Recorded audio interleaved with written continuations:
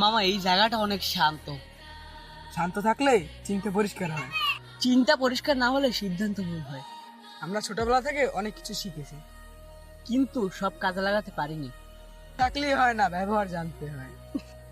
স্কুলে পড়েছি, বই মুখস্থ করেছি, কিন্তু জীবন বইয়ের মতো চলে না মামা। বোকা, জীবন ভুলের মাধ্যমে শিখায়। সবাই দ্রুত সফল হতে চায়, কিন্তু কেউ ধৈর্য ধরতে চায় না। ধৈর্য ছাড়া জ্ঞানও দুর্বল। আজকাল সবাই কথা বলে, কিন্তু শোনে কম। না জানাটাই আসল বুদ্ধিমত্তা। আজকাল ইন্টারনেটে অনেক তথ্য, কিন্তু সব তথ্য তো আর জ্ঞান না।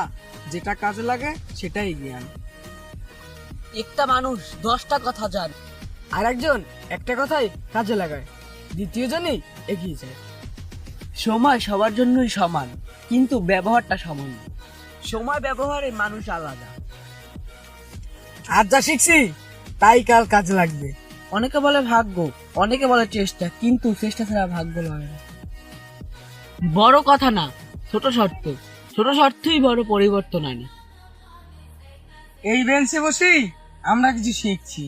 শিক্ষক না, কিন্তু সবাই শিখতে চায়। আমরা দুইজন কথা বলছি, কাল হয়তো কেউ শুনবে। যদি আমরা শিখতে চাই, একজন শিখলেও সেটাই সফলতা। মানেই কাজে লাগানো, আর জ্ঞান মানেই মানুষ হওয়া। শেখা থামালেই জীবন থেমে যায়।